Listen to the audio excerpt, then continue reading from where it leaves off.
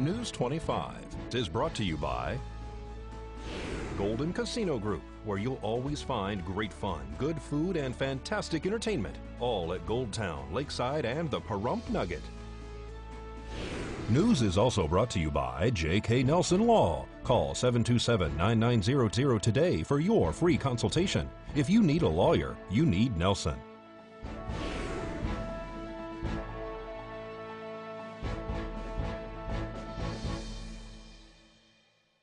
Tonight, the police began an investigation into VEA, and carnival rides and balloons are ready to launch in the park. News 25 starts now. You're watching KPVM News 25 with Deanna O'Donnell. News 25. Local coverage you can count on. Records and data are collected from Valley Electric. It's Friday, February 22nd. I'm Deanna O'Donnell.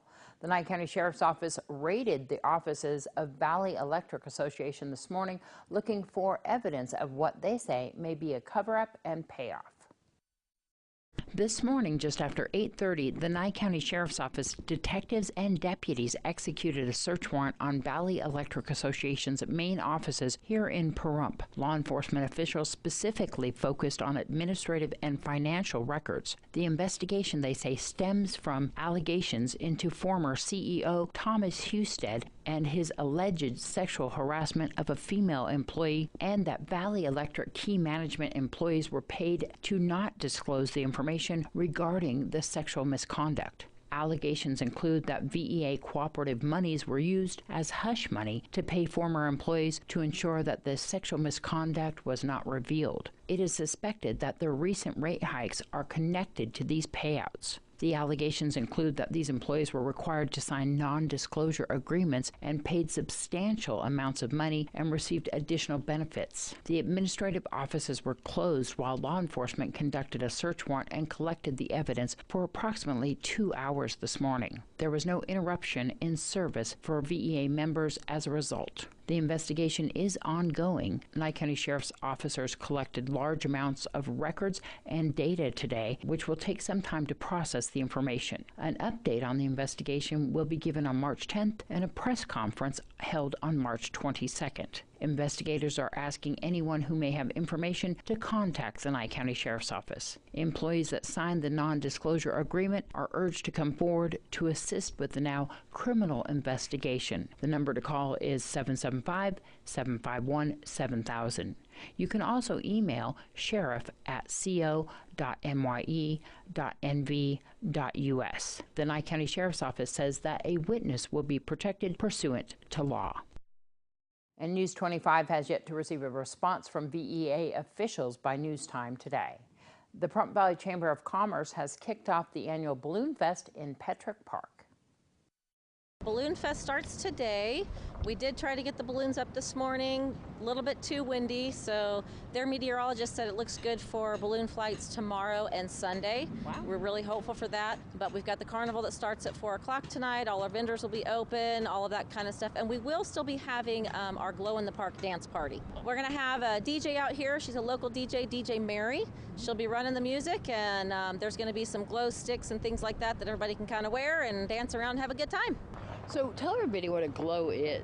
So the Glow in the Park is they have all of their balloons, they set them up. It's kind of like a cold setup where they're just on the ground, they don't go up, but they do use their propane lights on the inside to light up the balloons, and it goes with some synchronized music, and it's pretty fun. There's tethered balloon rides as long as, you know, weather permitting, that the wind is working okay with us, and those are $10 per rider. The rodeo is actually starting today. It's going on right now, I believe, and they're just doing cutting today, and the rodeo is free today. Carnival opens at 4 o'clock tonight, and the vendors are opening at 4 o'clock as well, so kind of everything gets kicked off today. It's from 4 to 8, and then Saturday, everything is from 8 to 8, and Sunday, 8 to 4. And high school rodeos over there in the McCullough Arena? They are. Junior high and high school rodeo, and it's going to be a really good show. $25 for the carnival. And then if you want to know prices for the rodeo, we have some passes for the weekend that would be, it's $20 for the weekend where you can go to the rodeo and the glow show. Or if you're only coming for a day, you just want to come to one event. If you don't want to go to the rodeo, then it's $10 for the glow show. Or if you just want to go to the rodeo, it's $10 for the rodeo. And you can find out more by just stopping by your booth, which is right here at the entrance of Patrick Park, because the Chamber of Commerce is not open at their offices. So if you want to see the Chamber members, come down here. That is correct. We are all here trying to keep this thing going and get it up and running. The declared nuisance property on River Plate Drive was before the county commissioners once again. The Board of County Commissioners had an item on their most recent agenda regarding the property on River Plate Drive. The board determined the property to be a public health nuisance at their meeting on August 7th of 2018. American Asbestos Remediation Specialists made a proposal to clean up the property and repair damages to the home, totaling at $58,886. Well, the only part of this I want to remind the board is that the nuisance itself still exists, that the neighbors brought to this board and had declared a nuisance. I'm certainly in agreement as far as anything on the inside of the home, but I do still think we have an obligation to remove the nuisance that brought us to this board, or the last board. Can you be more in the first place. specific then? I can, I What's think. in the yard? The garbage that's in the yard, the pool that's full of garbage, the patios that are full of garbage. I think direction to staff could be to clean up the outside property where it's accessible to the public, namely children, et cetera, and leave the inside up to the bank. I am amenable to that, Mr. Chair. Yeah, I would say we at least would need to secure the property by boarding the windows, boarding something across the door that would have to be removed to keep people out of it, because it's that unsafe. Actually, if you would get in contact with the mortgage company, they would probably send somebody out right away and take care of it. They have done that before. I mean, they're quick with it. They have teams of people that it wouldn't cost us anything that way. I like that suggestion, Commissioner Cox. So part of the direction would be to contact the lender, if planning would. This way they're on notice, but also to follow through with the boarding. Let's board it up. Let's clean up the garbage outside of the property and also the pool. Brett, there is a fence around that, and perhaps somebody should go and close the gates and chain them to keep anybody out of the swimming pool. But actually, nobody has any business going over on that property, even the owner's not Tell allowed. that to 5-year-old. So it should be posted that no one is to, it was posted, I don't know if it still is. Anyways, you have your direction, right? And I just, That's one to other, cover us. I'm sorry, Mr. Chair? Nothing. Oh, I was just gonna state that, the pool is gated in the backyard, so I would agree. Let's lock it up. locked up? And I hope that'll address any of the public safety concerns of any children wandering into an empty pool. And there's not really any children in that neighborhood. They'd have to come No. along. I will tell you, in the property maintenance codes, there is a requirement when you do have an empty pool that you do cover it. I'm not even, at this point, asking for that, but I just wanted to bring that up. Just because it has a fence around it, that does protect it when there's water in it. That'd keep Because, the kids from getting. hopefully anybody get in it would know how to get out. But without water in it, they could be injured, and that could, prohibit them from being able to get out. You know what to do. Yep. All those in favor say aye. Aye. Aye. Aye. After the break, we'll have your news across Nevada and Business First Brief. You're watching KPVM News 25. Local coverage you can count on. The Nevada Senate and Assembly here in our capital in Carson City are scheduled to start their day with ancient Hindu prayers for the entire week of April 22nd through the 26th, containing verses from the world's oldest existing scripture. Hindu statesman Rahim Zed will deliver the daily invocations from the ancient Sanskrit scriptures before the Senate and Assembly. After the Sanskrit delivery, he will then read the English interpretation of the prayers. Sanskrit is considered a sacred language in Hinduism and root language of Indo-European languages. In the state of Nevada, Zed has already delivered Hindu invocations at city councils of Las Vegas, Henderson, Sparks, and Boulder City, in addition to Board of Commissioners in Clark, Douglas, Lyon counties, and Carson City Board of Supervisors. Besides Nevada, he has also read opening prayers in the United States Senate, U.S. House of Representatives, various state Senates and House of Representatives, county boards, and city councils all over the United States of America. According to the latest initial claims data from the Department of Employment, Training, and Rehabilitation, initial claims for unemployment insurance benefits fell to 11,390 in January, down nearly 12% relative to last January's reading, and the lowest reading for initial claims in the Silver State since 1994.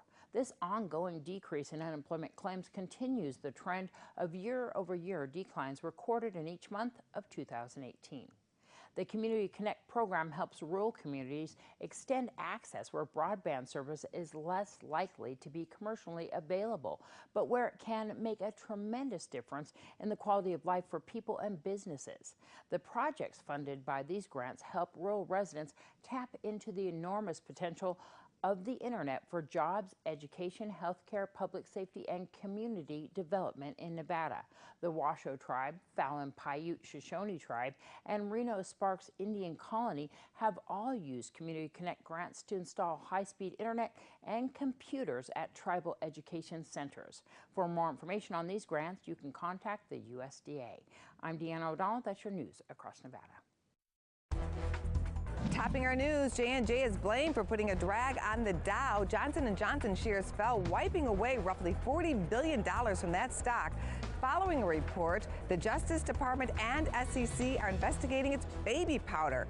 Pinterest is closer to an IPO. The social site has confidentially filed the paperwork with the SEC. Reports say that Pinterest could list shares around late June. Lyft is gearing up for a roadshow next month. March 18th is the date when reports suggest the ride-sharing app company will pitch its product to big investors. Lyft is expected to file for an IPO as early as next week. Investors are slicing off Domino's. The pizza chain's earnings, sales, and revenue missed expectations. Consumer Reports will no longer recommend Tesla's Model 3. It's based in part on reviews from owners of the electric car. A Tesla spokesperson tells CNBC the vast majority of issues have been corrected. And let's go to Maria Guerra, who brings us the latest in entertainment news. Chicago police have arrested actor Jussie Smollett, who they say paid two brothers $3,500 to stage an attack on him last month, taking advantage of the pain and anger of racism to promote his career.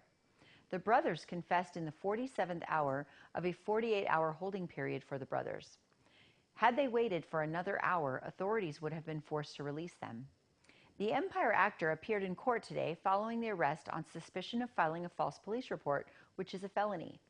Smollett paid his bond and was released. Police say the actor directed the brothers on what to do and say, including uttering a racial slur, employing a noose, and making a reference to Make America Great Again. After laying out the plan and rehearsing it, prosecutors say Smollett then gave the brothers a $100 bill to go buy clothing, a rope for a noose. A statement released on behalf of the actor says, Mr. Smollett is a young man of impeccable character and integrity who fiercely and solemnly maintains his innocence and feels betrayed by a system that apparently wants to skip due process and proceed directly to sentencing. The men told officers that Smollett, who is black and gay, first attempted to gain attention by sending a false letter that relied on racial and homophobic and political language. When that didn't work, Smollett paid $3,500 to stage this attack. 7 days before the alleged attack, a letter was sent to the Chicago set of Empire. It contained white powder and a drawing of a stick figure hanging from a tree. Smollett is due back in court on March 14th. The judge set his bail at $100,000. Peter Tork, the bassist for the Monkees and jokester on the band's popular 1960s television series, has died at age 77. Tork played bass and keyboard for the popular band. The cause of death was not specified, but Tork wrote about being diagnosed with adenoid cystic carcinoma in his tongue in 2009. The Monkees came together for their comedy television show of the same name, which ran on NBC from 1966 to 1968. The series followed the adventures of Tork and his three fellow bandmates, Davy Jones, Mickey Dolenz, and Michael Nesmith. Jones died in 2012. On Sunday, for the first time in 30 years, there will be no host for the Academy Awards. After Kevin Hart decided not to host, after a video of his stand-up act from years ago shows his remarks about gay people. The no-host award show on ABC begins at 5 p.m. on Sunday, February 24th. Films to watch for are Bohemian Rhapsody, Green Book, Roma, A Star is Born, Black Klansman, Black Panther, The Favorite, and Vice. For more information, go to Oscars.com. KPVM TV movies for this weekend on Saturday, February 23rd on Channel 25.1, Prime TV at 1 p.m. is the 2005 film Aeon Flux, and from 1982 at 9 p.m. is An Officer and a Gentleman. On Sunday, the 24th, is a 2002 film, The Time Machine, beginning at noon, and the weekend movies wrap up with 1993's The Last Action Hero, starting at 8 p.m., and at 10 p.m., Fools Rush In from 1997. Reporting for News 25, I'm Maria Guerra, and this is your entertainment this week. Can't wait for the Oscars this weekend. It's going to be lots of fun, and we'll have more on what's going on in entertainment right after this break. News 25 is brought to you by Bill and Robin Law, injury attorneys. Injured, need money? Get Bill and Robin, your local Pahrump injury attorneys.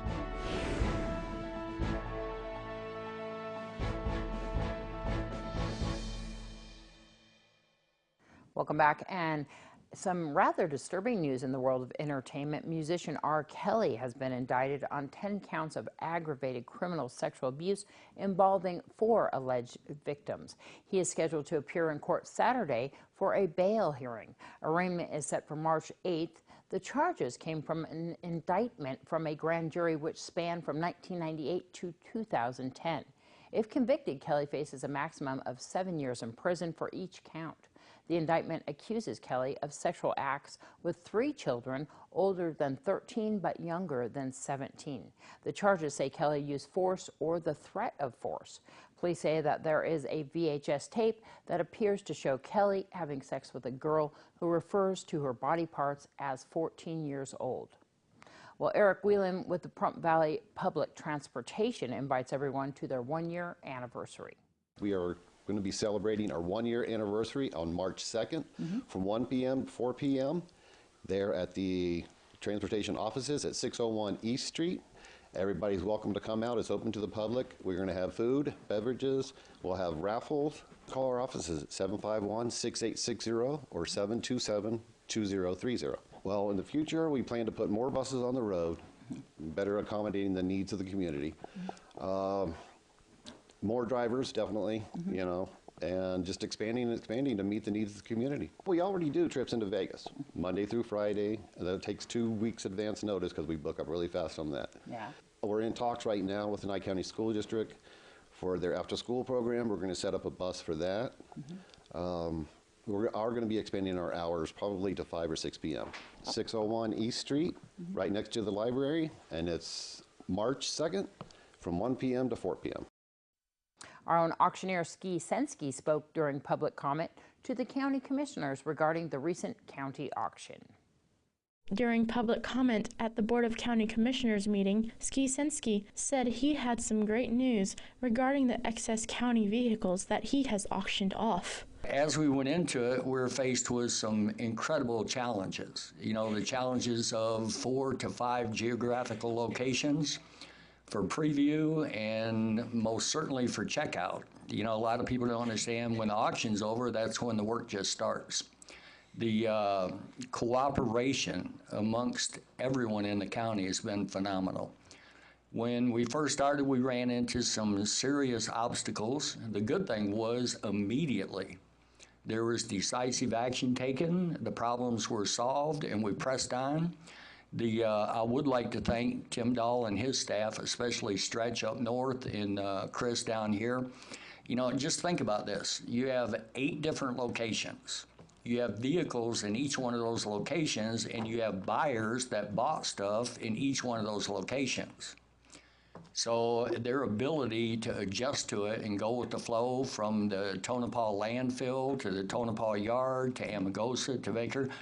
And I don't have the exact numbers in front of me. I'll blame that on minor dementia. But I'll be getting with Tim right after this meeting, if you don't mind just for a second.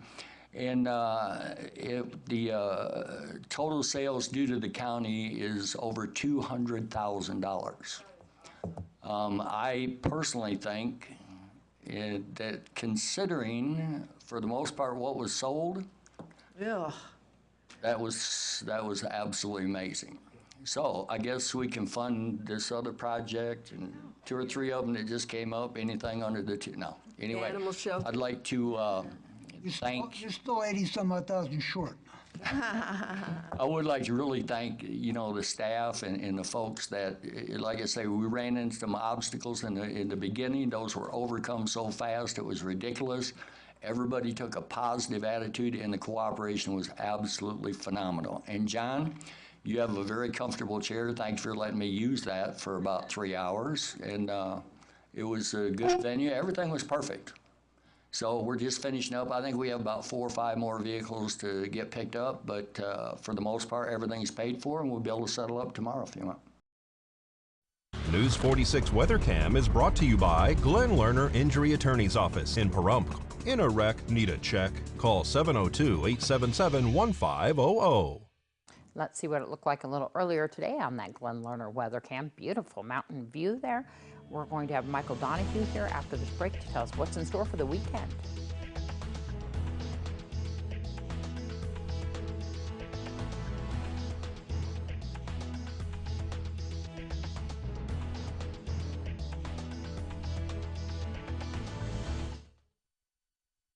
You're watching KPVM News 25. Local coverage you can count on. Hello and welcome back to News 25. I'm Michael Donahue. Today's highs. In Pahrump, it's 49 degrees, 51 in Amargosa, 63 in Death Valley, 46 in Beatty, 33 in Goldfield, 30 in Tonopah, and 34 and 35 in Fernley and Fallon. For tonight, 25 degrees in Pahrump and Amargosa, 35 in Death Valley, 22 in Beatty. We're working down to 13 at Goldfield, 11 in Tonopah, and 19 and 17 in Fallon and Fernley. Tonight in Pahrump, we're expecting clear skies, a low of 25 degrees. Our average is 37. Sunset at 5:32 p.m. Winds out of the east-northeast at 6 miles per hour, gusts up to 10, and our humidity at 45%. For tomorrow, mostly sunny skies, a high of 53, a low of 33. Our UV index has worked its way up to 5. Sunrise at 6:21 a.m. Winds out of the west-southwest at 6 miles per hour, gusts up to 8, and 28% for our humidity. Looking ahead to our 7-day, we got a lot of clouds that are going to hang out through next Friday. And temperature-wise, we're still seeing that increase, so that's good news. Saturday and Sunday, we have a high of 53 and 57. And then Monday through next Friday, we're mainly going to be working in those mid to high 60s, just between 62 and 69 degrees. And our overnights, we're also seeing that very similar hike up in temperatures. Saturday and Sunday, our lows are 33 and 37. Monday through Thursday, we're just going to be in those mid-40s, between 44 and 48. And then Friday, we're going to be at 50. So it looks like those temperatures are starting to turn up, so that's pretty good. And now we're going to throw it back to the desk with Deanna. Well, looks like that wind is going to calm down for that Balloon Fest. We hope you have a wonderful Balloon Fest weekend. And don't forget that the USO show is at the Saddle West on Saturday night. Well, I'm Deanna O'Donnell from all of us here at KPVM TV and Ace Country Radio 103.1 FM. Have a great weekend. We'll see you back here on Monday.